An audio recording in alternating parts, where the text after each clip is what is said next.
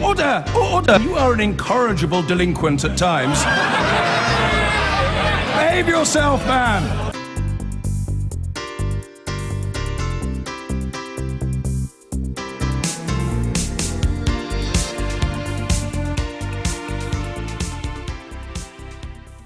Here in Washington, we are but 2 days away from Donald Trump's inauguration, a time when cyber attacks, email hacking, and who's behind it have continued to make the headlines. Tonight, this program has discovered that usernames and passwords for online accounts used since 2012 and belonging to at least 14 of Mr. Trump's high-profile appointees have been publicly available on the internet. The information was stolen from popular websites, then published online, with US intelligence agencies saying Russia was behind the hacking of the Democrat Party. Can Trump's administration be confident that they haven't been hacked as well? Mike Smith has this exclusive report.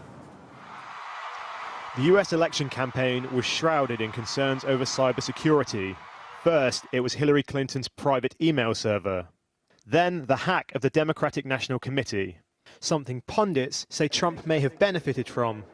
And Trump says hacking is something he's keenly aware of. The United States is hacked by everybody. That includes Russia and China and everybody.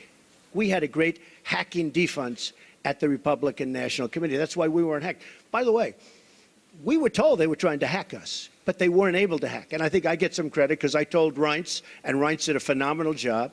But I said, I want strong hacking defense. The Democratic National Committee didn't do that. Maybe that's why the country runs so badly. Goodbye. But he may be surprised to learn his own appointees could be vulnerable to hacking too. Millions of people have had their data and private information hacked in recent years. Now, a Channel 4 News investigation has found the passwords belonging to 14 of the top people that Donald Trump has appointed to run the United States. And if, like you or me, these people are using the same passwords elsewhere on the internet, it could leave them vulnerable to further hacking or even blackmail.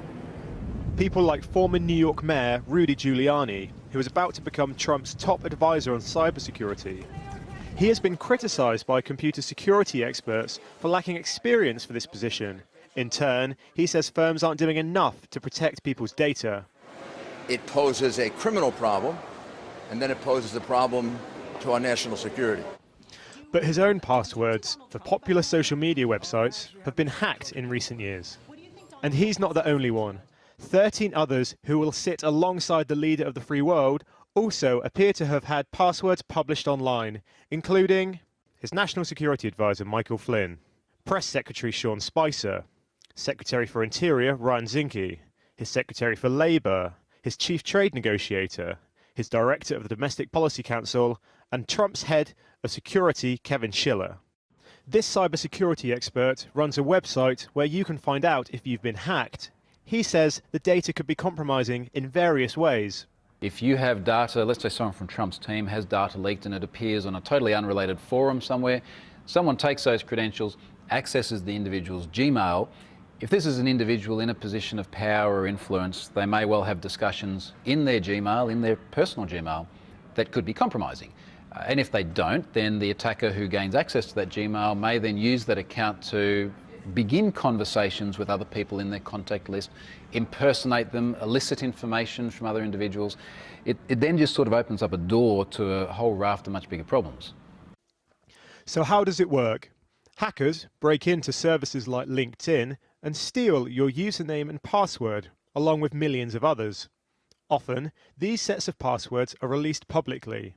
And if that password is used in multiple places, it could be used to illegally log in to other services like Facebook, iCloud, or even your personal email address. Trump's team hasn't commented on our findings, and it would be illegal for anyone to try to use the passwords. But as the president-elect prepares to join the world stage, he has already promised a national cyber defense report within 90 days. Given the account details of some of his closest advisors are already floating around in cyberspace, it would be reassuring to know that they have reviewed security closer to home. Well, now, if you want to get a feel for the kind of numbers of people that are expected here, take a look at just one site in front of Union Station in the lee of the Congress building itself, Portaloos. dozens of them, dozens and dozens of them, and they're all over the town too, because they're expecting about 800,000 people on Friday. Well, now, today, Donald Trump's choices for cabinet positions face some quite serious questions about their views and business interests at confirmation hearings on Capitol Hill behind me. Earlier, Mr. Trump's choice to head the Environment Protection Agency, Scott Pruitt, was forced to admit that climate change isn't the hoax, as Mr. Trump had claimed on Twitter. But today, and probably for the last time, the focus is on the outgoing President, Barack Obama.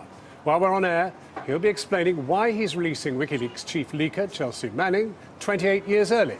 Our Washington correspondent Kylie Morris is outside the White House. Kylie.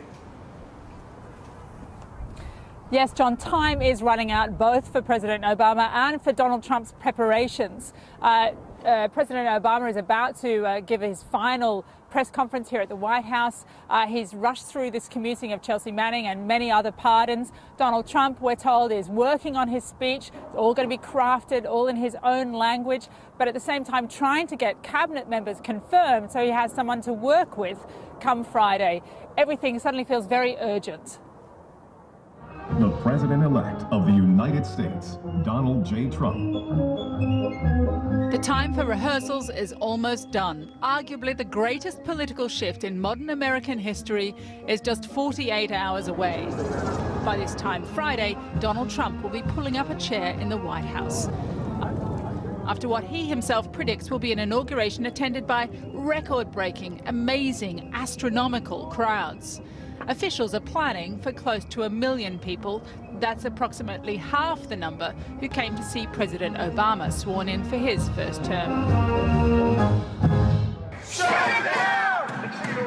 In keeping with this act of political theatre, 60 protest groups are planning demonstrations on Friday. Some began early outside the Trump International DC hotel. But the president-elect hardly sounds bothered that he hasn't drawn the usual A-list crowd. Let's see what happens. As far as other people not going, that's okay, because we need seats so badly. I hope they give me their tickets. Many of the celebrities that are saying they're not going, they were never invited. Well, I don't want the celebrities, I want the people. Dozens of Democrats from Congress will boycott the ceremony, not wanting, they say, to celebrate, legitimize or normalize this presidency. You know, we have sore losers before, but this is really the first sore winner we've ever had. There's been nothing in his behavior since November 8th that suggested rising to a level of presidential status.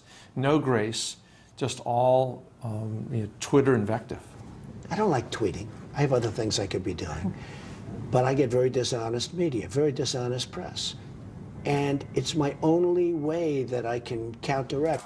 There are fears that the next president's combative view of the press will mean restricted access, beginning with the White House itself. In the next hour, the White House press corps will hear for the last time from President Obama, who's expected to address that question of access, as well as his 11th-hour decision to commute the 35-year-long sentence of Chelsea Manning. The Army intelligence analyst has served 7 years in a men's prison since she was court-martialed for the biggest breach of classified material in US history. A transgender woman who identified as Bradley Manning when she began her detention, she'll now be released in May. A troubled Trump transition team accused the Obama administration of double standards, given its concern over Russian hacking of the DNC. Why are you cherry-picking what leaks are important, which leaks are not important, depending on the leaker and depending on the content that was leaked? I mean, how can we look the other way? Now, though, it's all eyes on the White House. President Obama finishes flying high, a 60% approval rating, but no time left in office to do anything with it. This weekend, he won't wake up in the White House. Donald Trump and his family will. Well, now the former CIA director Jim Woolsey joins us now. Jim Woolsey, what do you make of the release of Chelsea Manning 28 years early? I think it was a terrible decision. I think it will undercut the deterrent effect of prison sentences. I think she turned loose a huge amount of material, and I don't think it should be commuted. One could look at it another 10 or 20 years down the road, but this is far too soon, I think. Well, was it that critical, the material? Hugely important, because people don't anticipate or are not able to get into the degree to which disclosing material like this reveals sources and methods. And that lets the enemy get into other things. Then, of course, this has to be offset against the humane aspect. I mean, here is somebody who's obviously gone through tremendous personal difficulties in her sexuality and the rest of it. Well, I can feel a certain sympathy for anyone who's going through pain and suffering, but I think the place to start in expressing sympathy is not with someone who has so helped the enemies of democracy and the rule of law around the world as she did. Now, what about our revelation tonight that there is clear evidence now that passwords, particularly, were got from other websites like LinkedIn, etc., and flushed out onto the internet by hackers? Well, I guess we can look at the bright side. No one had a password, which what did occur at the Democratic National. Indeed. That's not much of a thing to be proud of. That's not a very good. Your dog's name is in second place. Yeah. I think that it's. But I mean, Mr. Trump did say, "Look, we are an infinitely better setup than the Democrats," and this clearly indicates that you were just as vulnerable. The overall problem is that the web is very inclusive. It was designed that way by a small group of technical intellectuals and geniuses, actually, mainly out in California in the 80s and 90s. And they were essentially inventing email, and they wanted everybody to be able to get into the system who could be included. What could possibly go wrong was the thinking. Be open, be free. Right, but having discovered its flaws, are you confident that there is now going to be, or already is, a vastly stronger defense against this danger? There are ways to improve on what we have, but it goes against the grain of the nature of the web. And I think people have to get used to the fact that when something is on the web and it looks like it's an email from a friend, better not open it unless he's called you ahead of time and said, "Hey, I'm sending you an email." Otherwise, it may well be something that has been concocted from reasonably available passwords and used. Briefly, how soon will relations between the intelligence community and Mr. Trump be repaired? I'm hoping for 12:01 p.m. on the 20th. You're wishing in the wind. I realize that. But I do think that now that he will be president, both he and the intelligence community have an opportunity to say, hey, we got a country to govern here, and let's get with it. Jim Woolsey, thank you very much indeed.